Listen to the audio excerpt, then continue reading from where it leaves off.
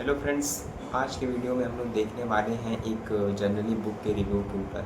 Review क्या, एक तरह से मैं आपको सजेशन दे रहा हूँ कि ये आपको बुक लेनी चाहिए या फिर नहीं लेनी चाहिए। वैसे तो हर एक बुक पढ़ने लायक होती है, लेकिन इस बुक में कुछ अच्छी चीज़ें थी जिसको मैं आपको बताना चाहता हूँ। तो आइए हम लोग देखते हैं। जनरली इस बुक का नाम है मिथकों से विज्ञान तक, और ये बुक जो है वो गौहर रजा द्वारा लिखा गया है, जो कि एक बहुत ही अच्छे साइंटिस्ट और बहुत ही विद्वान व्यक्ति के रूप में हम इनको कंसीडर कर सकते हैं, क्योंकि विज्ञान के क्षेत्र में इन्होंने बहुत सारा योगदान दिया है। इन्होंने, अगर हम कुछ इनके बारे में देखें तो इन्होंने अलीगढ़ मुस्लिम यूनिवर्सिटी एमयू से अपना बीएससी की। इसके साथ ही आईआईटी दिल्ली से इन्होंने एमटेक की पढ़ाई भी कंप्लीट की, और ये एक तरह से इंजीनियर भी हैं।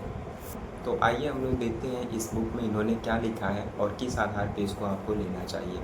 सबसे पहले, अगर आप विद्यार्थी हैं, आप साइंस की चीज़ों में या फिर थोड़ी बहुत साइंस की चीज़ों में अपना टच रखते हैं, या फिर कुछ ब्रह्मांड की चीज़ों में फिर से, क्योंकि तो आपको ये बुक जो है वो अवश्य लेनी चाहिए। क्योंकि अगर हम लोग टाइटल ही देखें, मिथकों से विज्ञान तक, यानी कहीं ना कहीं लेखक ने पुराने दृष्टिकोण वाले लोगों को भी विज्ञान से जोड़ने की कोशिश की है। यानी कि ये बुक केवल एक पर्टिकुलर कम्युनिटी को डेडिकेटेड नहीं है पढ़ने के लिए। इन्होंने मिथकों से विज्ञान तक, यानी कि मिथक यानी कि जो लोग मिथक में विश्वास रखते हैं, और विज्ञान यानी जो लोग विज्ञान में रखते हैं, दोनों को ये पढ़ना चाहिए कि कैसे दोनों रिलेट करते हैं।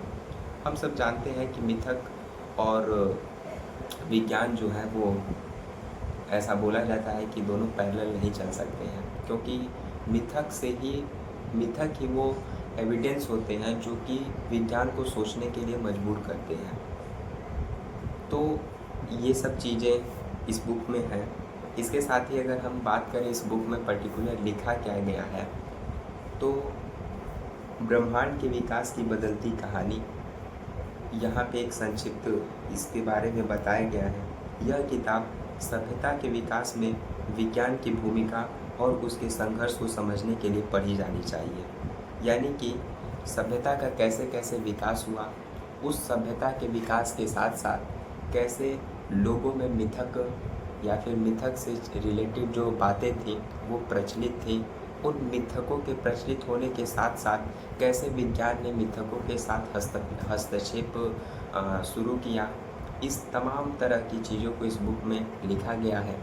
इस बुक में तमाम सभ्यताएं, जैसे मिस्र की सभ्यता, मेसोपोटामिया की सभ्यता, इन सभी सभ्यताओं में जो जो मिथक थे उन सभी मिथकों को एक तरह से लिखा गया है, और आगे उसका बहुत ही सुंदर से वर्णन कर दिया गया है कवि के द्वारा, एक अप्रत्यक्ष रूप से।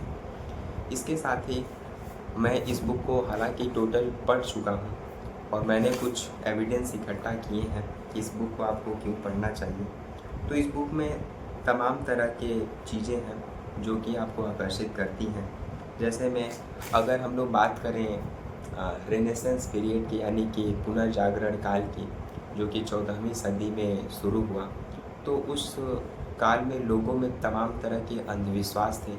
उस अंधविश्वासों में कैसे विज्ञान ने, तमाम तरह के वैज्ञानिक, Copernicus, Galileo, Bruno, Lamarck, Darwin, इन तमाम वैज्ञानिकों ने कैसे विज्ञान और धर्म के बीच के समझौते से लड़ते हुए इन्होंने अपने नियम को दिया।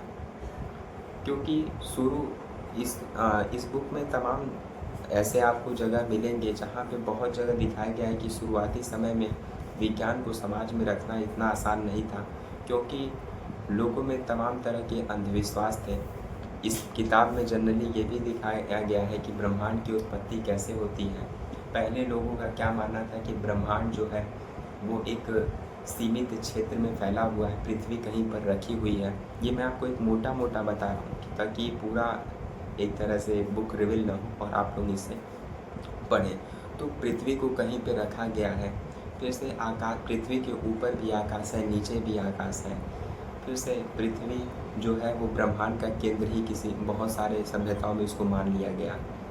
तो इन तमाम तरह के मिथकों और तमाम तरह की बातों से लोग उस समय विश्वास करते थे, लेकिन विज्ञान ने मना किया कि ऐसा नहीं है। जो हम लोगों का ब्रह्मांड है वो एक असीमित क्षेत्र में फैला हुआ है जिसकी कोई सीमा नहीं है। इसके साथ ही ब्रह्मांड का कोई केंद्र नहीं है। साथ ही साथ वैज्ञानिकों जैसे में कॉपरनिकस ने स्थिति भी किया कि जो पृथ्वी है वो ब्रह्मांड का केंद्र नहीं है, लेकिन लोगों ने इनसे बहुत ही नाराज़गी जताई। तमाम तरह के इनको उस समय विरोध को भी झेलना पड़ा। तो बहुत सारी चीज़ें हैं। इसके साथ ही गैलीलियो ने जब दूरबीन का आविष्कार किया तो क्या क्रांतिकारी बदलाव आए। इसके साथ ही डार्विनवाद, लैमार्क और लैमार्कवाद, तमाम तरह के सिद्धांतों से आप परिचित होंगे। इस बुक में डार्विन का मुझको सबसे अच्छा लगा क्योंकि उन्होंने इतने सारे देशों को कैसे घूमा, उस समय में पता नहीं कैसे जहाज़ बनाए गए होंगे, उस तमाम तरह की जहाज़ों से तमाम टापुओं को ढूंढना और उन पे जा के कैसे इन्होंने पक्षियों से रिलेटेड एविडेंस को इकट्ठा किया। तो आपको ये बुक पढ़ना चाहिए और किस तरह से डार्विन ने जंतु विज्ञान, जीव विज्ञान और मानव विज्ञान और भौतिकी में तमाम में अपना योगदान बहुत ही अच्छे से दिया। क्योंकि उस समय अगर हम बात करें प्राचीन समय में जो लोग थे वो उनके पास कोई भी साइंटिफिक चीज़ें नहीं थी किसी भी चीज़ को एक तरह से देखने या फिर परखने के लिए। तो उस समय गैलीलियो ने दूरबीन का आविष्कार किया और मानव को अंतरिक्ष की ओर झाँकने का मौका दिया। जब मानव ने अंतरिक्ष की ओर देखा तो तमाम तरह के जो अंधविश्वास थे वो मिटने लगे। तो हम लोग देख लेते हैं एक तरह से संक्षिप्त में कि मैंने क्या क्या एविडेंस निकाले हैं यहाँ से कुछ देखने के लिए आप लोगों भी आप इसको सुन के पढ़ सकें। जैसे में जैन और बौद्ध मत का सृजन मिथक, भारत की सभ्यता ने दो ऐसे धर्मों को जन्म दिया जो इस सृष्टि, ब्रह्मांड, जीव जंतु और इंसान के बनावटी में किसी एक आध्यात्मिक शक्ति को नहीं मानते। क्योंकि यहाँ पे हम लोग देख सकते हैं जैन, और जैसा कि जैन धर्म और बौद्ध धर्म में ऐसा माना जाता है कि ईश्वर को नहीं माना जाता है, यानी कि ये ईश्वर को इसमें मान्यता नहीं है। तो इसमें नास्तिक दर्शन को भी लेखक ने जोड़ने का कोशिश किया है, इससे भी रिलेटेड मिथक है। इसके साथ ही धरती ब्रह्मांड का केंद्र है, ये मिथक वह स्थिर है, भगवान प्रकाश उसको देता है या फिर उन सभी ग्रहों को देता है। उसके बाद 5वीं सदी में भारतीय गणितज्ञ खगोल विद्वानों का मानना था कि धरती अपनी धुरी पर घूमती है, लेकिन गैलीलियो ने 1609 ईस्वी में दूरबीन के खोज के साथ अंतरिक्ष में तमाम रहस्यों से पर्दाफाश किया, जैसा कि हमने पढ़ा ही।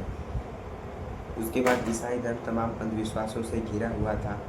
ये भी उस समय जो ईसाई धर्म था वो तमाम विश्वासों से घिरा हुआ था और कैसे विज्ञान ने ईसाई धर्म को मजबूर किया झुकने के लिए, इसमें भी उसको बताया गया है। उसके साथ ही न्यूटन ने भी अपना बहुत ही महत्वपूर्ण योगदान दिया और वहाँ तक आते आते काफ़ी डेवलप हो गया था। क्योंकि न्यूटन ने जब अपना जैसे नियम जब दिए इन्होंने F=G, m1 m2/r का होल स्क्वायर, हम लोग देख सकते हैं 9th में हमने पढ़ा था। इन्होंने ब्रह्मांड में तमाम ग्रहों को बताया कि सभी ग्रह एक दूसरे से एक बल के द्वारा जुड़े हुए हैं जिसको गुरुत्वाकर्षण बल बोलते हैं।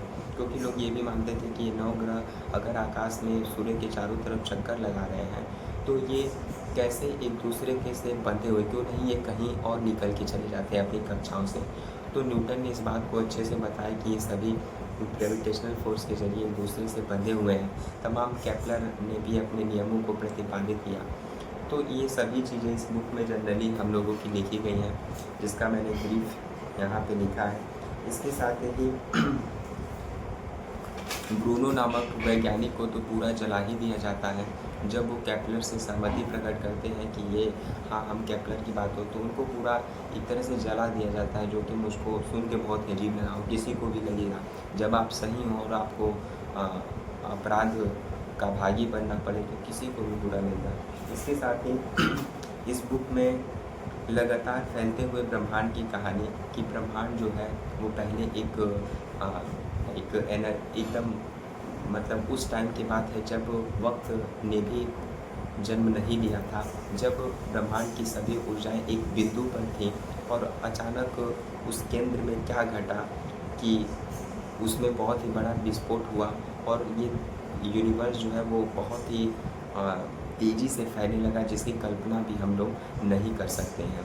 और ये उस टाइम लगभग 1 सेकेंड, अगर हम लोग 1 सेकेंड को डिवाइड कर दें 10⁻43 से, तो आप लोग समझ सकते हो इतने कम समय में उतनी सारी चीज़ें हो रही हैं, तो ये कैसे पॉसिबल है। इसकी कल्पना केवल वैज्ञानिक ही कर सकते हैं। ये ब्रह्मांड की उत्पत्ति है, साइंटिफिक तरीके से इन्होंने बताने की कोशिश की है कि मतलब जो लोग ईश्वर में विश्वास रखते हैं उनका तो अलग चलता ही है कि ब्रह्मांड ने ईश्वर को, मतलब कि ब्रह्मांड को ईश्वर ने क्रिएट किया, लेकिन इन्होंने भी बताया है कि कैसे बिग बैंग थ्योरी जो थी, उसके साथ ही लेमार्टे ने जो अपनी थ्योरी को प्रतिपादित किया, बिग बैंग थ्योरी को, कि कैसे यूनिवर्स बना।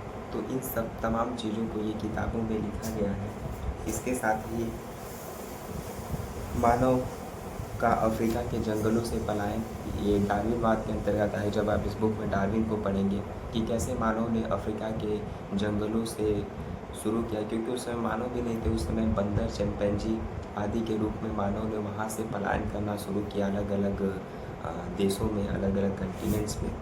तो डार्विन और डार्विनवाद, और इन्होंने तमाम तरह की शोध यात्राएं भी की, मतलब शोध किए, जो भी उन्होंने यात्राएं की थी, समुद्री यात्राएं की थी डार्विन ने। उसके साथ ही काफ़ी सारे पंछियों के ऊपर इन्होंने बहुत ही अच्छे से किताबों को लिखा, शोध को लिखा, जो कि काफ़ी उस समय प्रशंसा की गई। हालांकि डार्विन भी अपने, जो हर एक वैज्ञानिकों के साथ था कि वो लोग अपने शोध पत्रों को या फिर जो भी एविडेंस इकट्ठा करते थे उसको उस समय में तुरंत ही रिवील करने से वो लोग डरते थे। हालांकि कॉपरनिकस को आप जब पढ़ेंगे तो आपको पता होगा कि उन्होंने जब इसको मतलब सब कुछ समझ लिया, तो उन्होंने अपने मृत्यु के समय इस बात को, मतलब कई सारे राजों को बताया, क्योंकि वो डरते थे कि कहीं ईसाई धर्म कहीं हमें भी सजा या फिर नज़रबंद न कर दी जाए। इन तमाम तरह के फैक्ट को ये किताब खुद में समाहित करती है। तो अगर आप विज्ञान और धार्मिक चीज़ों से जुड़े हुए हैं और विज्ञान और धर्म को जनरली जोड़कर एक बुक आप ढूंढ रहे हैं, तो मेरे हिसाब से ये बुक आपके लिए बहुत ही अच्छी होगी, क्योंकि इसमें विज्ञान और धर्म को कैसे ऐड किया गया है, बहुत ही अच्छी बुक है। तो मेरे हिसाब से आप सभी लोगों को ये बुक पढ़नी चाहिए। तब तक के लिए अपना ध्यान रखें और कमेंट में ज़रूर बताएं कि ये बुक आपको कैसी लगी।